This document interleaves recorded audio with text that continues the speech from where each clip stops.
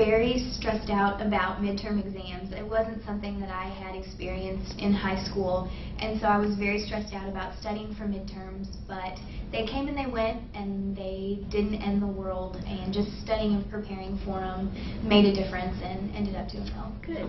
Wasn't as good as I would have liked it to be. I always did really good in high school, so I didn't really have to study then. I think now I realize that you can't just put off work till the end. It's much more like you gotta be on top of it. If they're bad, it's not the end of the world, but it's easier to keep your grade good than bring it back up. But it was more of, just like a wake-up call than a real dead set, fork in the road. I mean, afterwards, it really wasn't that big of a deal. You still had the rest of the semester to, change or maintain what you'd done so far. They were all really good, except for my psychology grade. I knew that they were going to get sent my grades, so I was very nervous about that, because I knew I'd only had one test in the class, and I didn't do well on that test.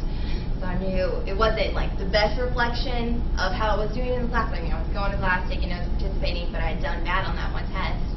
So I knew it was going to be really low and something I wasn't used to. So I kind of warned my parents and told them that. But, midterm grades, they were kind of just like, you see it and you're shocked, and, you realize, hey, like, that can't be on my final. So you kind of work from there.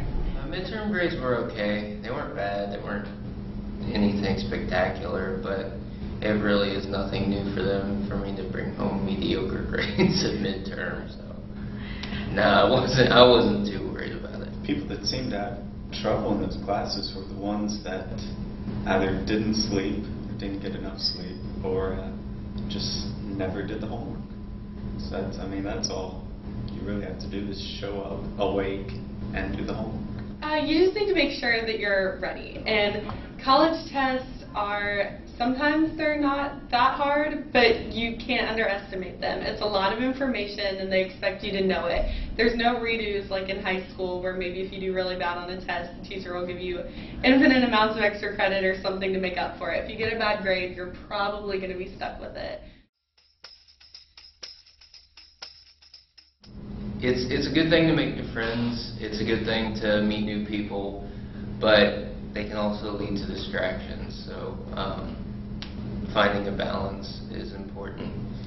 So make sure you get plenty of sleep and don't put off your assignments until the last minute. What worked for me is I just did my homework first, and whatever time was left was for friends, other people.